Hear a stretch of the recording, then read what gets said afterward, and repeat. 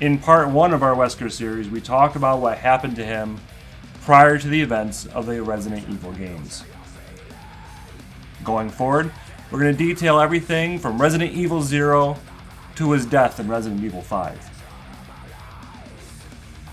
Welcome to Albert Wesker, War and Pestilence, Part 2.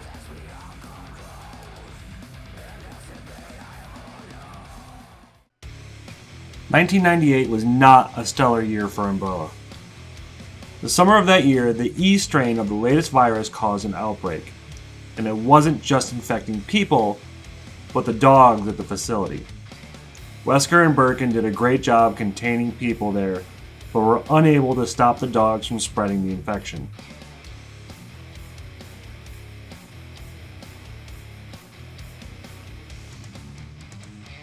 This was not their primary job, though. They're there to get the T-002 tyrants that were being developed there. Since the infected dogs were causing an issue, Umbrella needed to make sure things were going to be taken care of correctly. And they yet again wanted Wesker to be involved. With 20 deaths in and around the Arklay Mountains, stars were sent in. Umbrella codenamed this day X Day. Umbrella tasked both Wesker and Sergei Vladimir to make sure that all signs of Umbrella involvement were wiped out. Here's where things really start to speed up.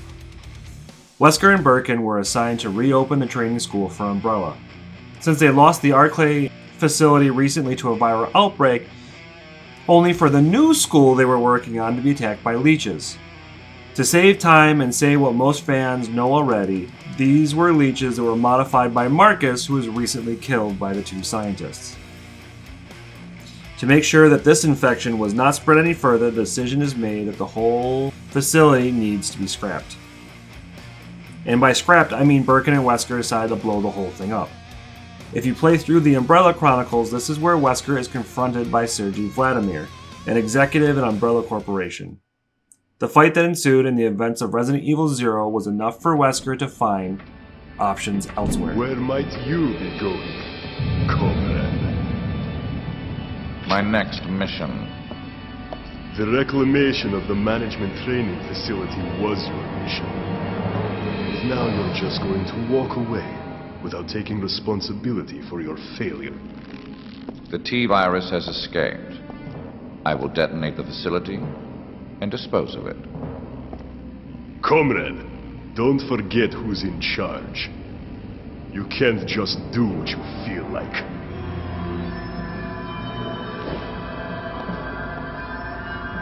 Maybe you need a little reminder.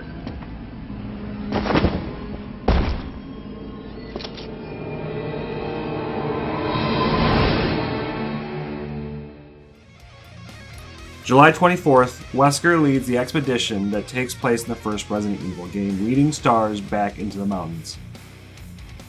In the game, we don't get to see a ton of what Wesker was up to inside the mansion, but a few things are very clear. The first being that Wesker was not taking any chances this time around.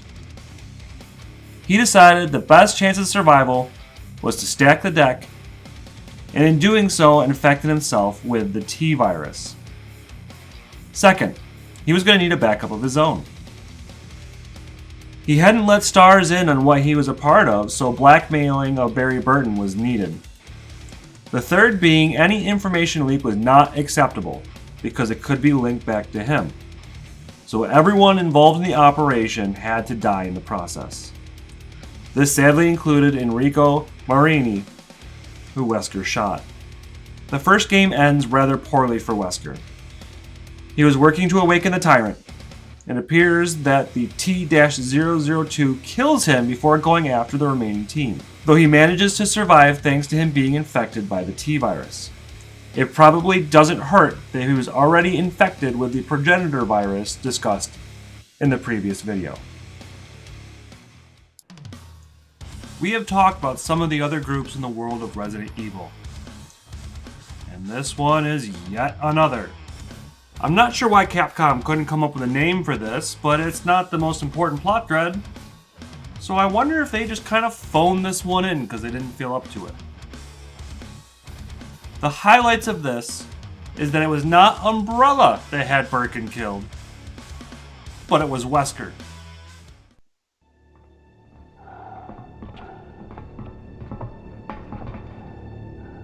This way.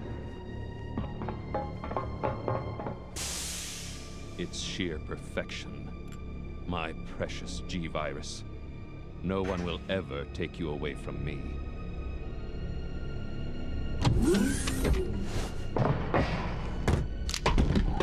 There he is.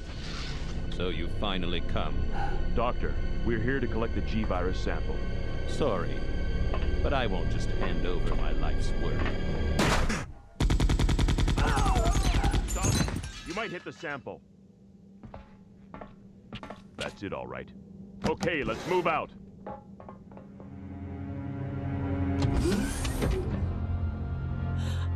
William. Oh, my.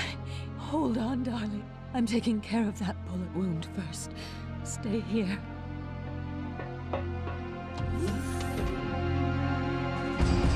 Alpha team, have you retrieved the sample yet? Affirmative. We'll be at the rendezvous point in 1 minute. Roger.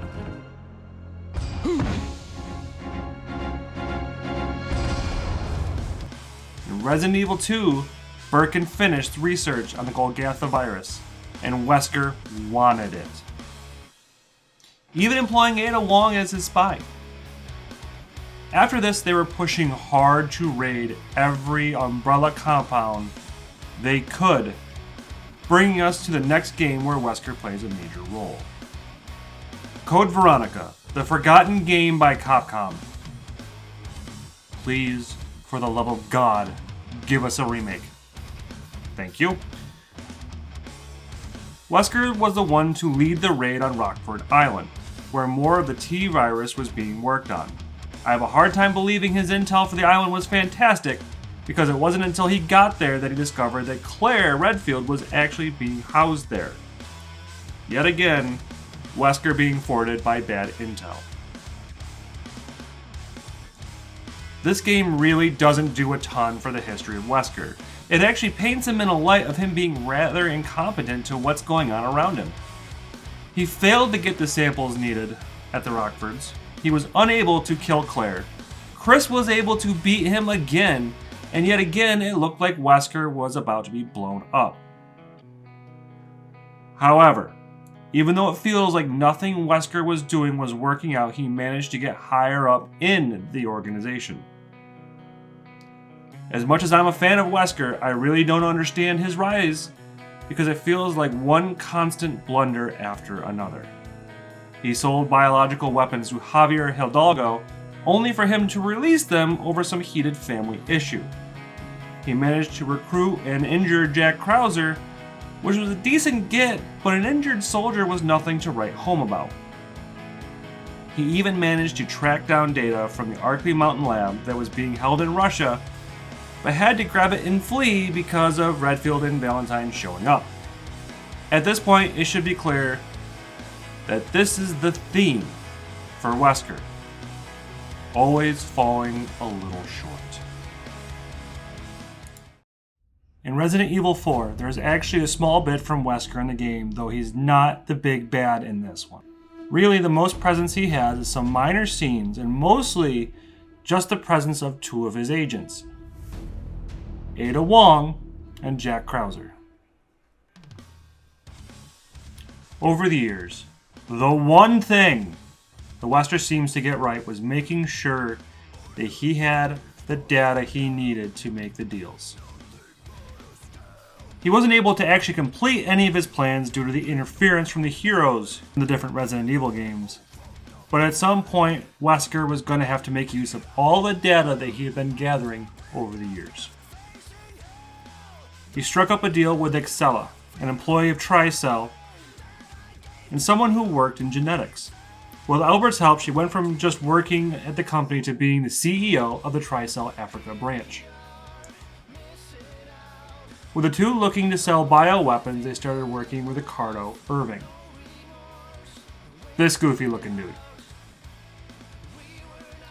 During this time, Wesker decided that he needed to clean up some old messes. And once again, he ran into some issues. While managing to kill Spencer, the man who caused the whole Umbrella mess was now taken care of, Wesker yet again had to deal with Chris and Jill. This time it wasn't all bad for him though. While it appeared that both he and Jill perished, instead Wesker managed to survive and take an unconscious Jill with him. Wesker had a couple projects going on. The biggest one was the newest BOW program that he was intertwined with, which was the Ouroboros project. The other one was to figure out what to do with Jill. She had the antibodies from the T-virus in her system, making it so that testing the Ouroboros on her actually didn't help research much at all. So instead, Wesker decided to work on a way to control her and make it so Jill worked for him. This is the bulk of Resident Evil 5. Chris and his partner for the game, Sheva, bouncing around Africa in order to figure out what was going on with the bioweapons being used on the locals. Remember when I said the whole falling short thing was a theme? Well, it shows its ugly face here again. But instead of making sure to finish off the heroes himself, he left Jill to fight both of them. I'm not sure why this is the trope that constantly used, but it didn't work as they ended up freeing Jill instead. In his infinite wisdom, Wesker thought of a good way to get rid of his business partner and have them take out the two BS AA agents would be to infect her with the virus and just hoped it worked. I'm not sure why he decided this was the way to go, but that's what he did.